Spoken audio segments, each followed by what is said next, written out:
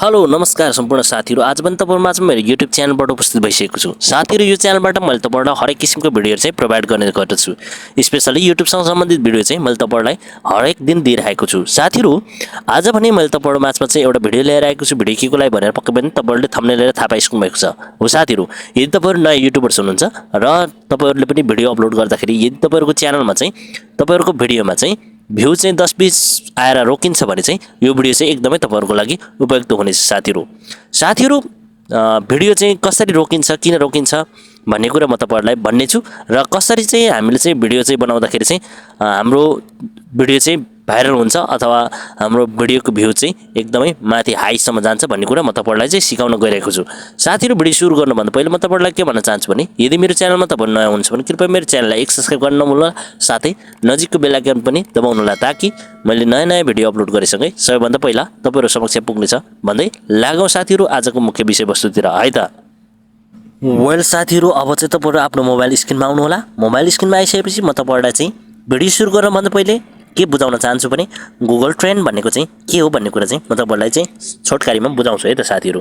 Google trend भनेको चाहिँ के हो भन्दाखेरि साथीहरु, यदि तपाईले चाहिँ भिडियो अपलोड गर्नुहुन्छ अनि नयाँ युट्युबबाट हुनुहुन्छ, तपाईको भिडियोमा भ्यूज आउँदैन, तपाईको भिडियोको भ्यूज रोकिन्छ भने तपाईले कुनै बेला क्याटेगोरी चुज गर्न गल्ती गर्नुहुन्छ अथवा कुनै बेला तपाईले चाहिँ भिडियोको टपिक चुज गर्न गल्ती गर्नुहुन्छ अनि कुनै बेला चाहिँ तपाईले चाहिँ भिडियोको टाइटल चुज गर्न चाहिँ गल्ती गर्नुहुन्छ भने यो चाहिँ गुगल ट्रेन्डले तपाईलाई टोटली सिकाउने छ है त। अब कसरी सिकाउँछ भन्ने कुरा चाहिँ म तपाईलाई चाहिँ भिडियोमा देखाउने छु। ओके, अब लागौं भिडियोतिर। वेल साथीहरु, अब चाहिँ सिम्पली तपाईले चाहिँ आफ्नो गुगल क्रोमलाई खोल्नुहोस्। गुगल क्रोमलाई खोलिसकेपछि सिम्पली यहाँनेरि चाहिँ तपाईले चाहिँ न्यू ट्याबलाई क्लिक गरिसकेपछि सर्च बक्समा आउनुहोस्।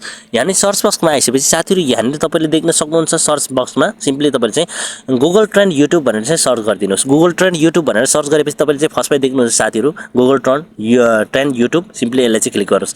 यसलाई क्लिक गरेपछि तपाईले यहाँनिर देख्न सक्नुहुन्छ साथीहरु, यहाँनिर चाहिँ तपाईले चाहिँ अब हेर्न सक्नुहुन्छ यहाँनिर चाहिँ 12 महिनाको चाहिँ तपाईले चाहिँ के चाहिँ यहाँ 2023 मा चाहिँ ट्रेन्डिङ भएछ भन्ने कुरा सबै कुरा यहाँ देखाइरहेछ। तपाईले चाहिँ हेर्न सक्नुहुन्छ आफै। मैले चाहिँ यहाँ तपाईले देखिसकेपछि तपाईले आफैले हेर्न सक्नुहुन्छ है के हो ट्रेन्ड, तपाईले आफैले हेर्न सक्नुहुन्छ। यहाँ चाहिँ दुई किसिमबाट हेर्न सकिन्छ, जस्तै कि यहाँ तीनटा डट राइट साइडमा क्लिक गरेपछि तपाईले चाहिँ एक्सप्लोर एउटा भयो, एउटा ट्रेन्डिङ नाउ। ट्रेन्डिङ नाउमा सिम्पली क्लिक गर्नुभयो भने तपाईले यहाँनिर देख्न सक्नुहुन्छ साथीहरु के चाहिँ यहाँ संसारभरको ट्रेन्डिङ छ भन्ने कुरा तपाईले हेर्न सक्नुहुन्छ।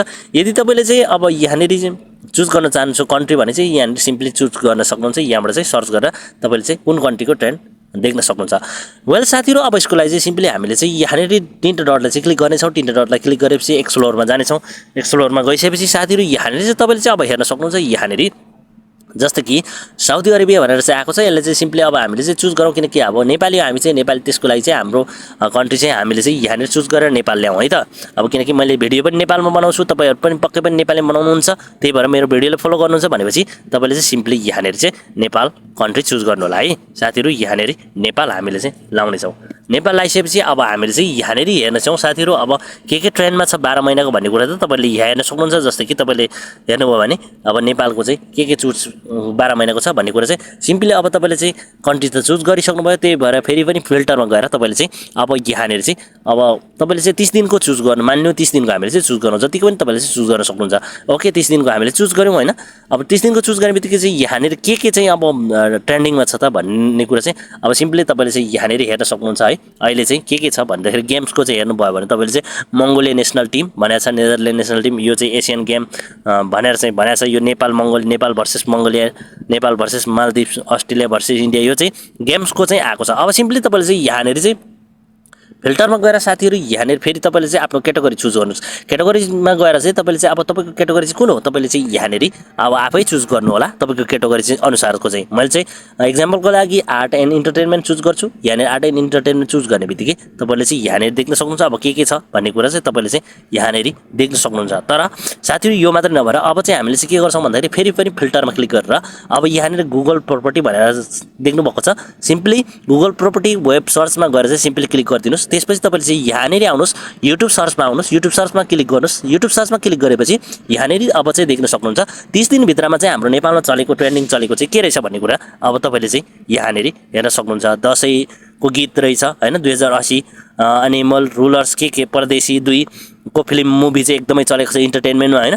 देशी कलाकार यो हनी सिंगरको बारेमा पनि धेरै चलेछ। अब जस्तै कि मानिलिउँ हनी सिंगरको बारेमा तपाईले चाहिँ भिडियो बनाउनु भयो, दशैंको बारेमा चाहिँ गीतहरू बनाउनु भएको छ भने यो 30 दिन भित्रमा एकदमै इन्टरटेनमेन्टको लागि चाहिँ ट्रेन्डिङ चलेको रहेछ। अर्को नेक्स्ट हेरौँ हैन। यसरी नेक्स्ट गरेर चाहिँ 2 नम्बरी नेपाली मुभिज चाहिँ ट्रेन्डमा गएछ हैन। अब भोइस अफ नेपाल सिजन 5 यो चाहिँ अब भोइस अफ नेपाल भइहाल्यो, तर यसको बारेमा पनि तपाईले भिडियो बनाउनु भएको छ यो चाहिँ टाइटल दिएर भने यो पनि एकदमै भाइरल भएछ 30 दिन भित्र चाहिँ। अनि दशैं सङ पनि एकदमै फेरि पनि अर्को हनी सिंहको बारेमा चाहिँ भिडियो बनाउनु भएको छ नि 30 दिनमा चाहिँ यसरी चाहिँ एकदमै ट्रेन्डिङ भएको रहेछ भन्ने कुरा चाहिँ बुझ्न सकिन्छ।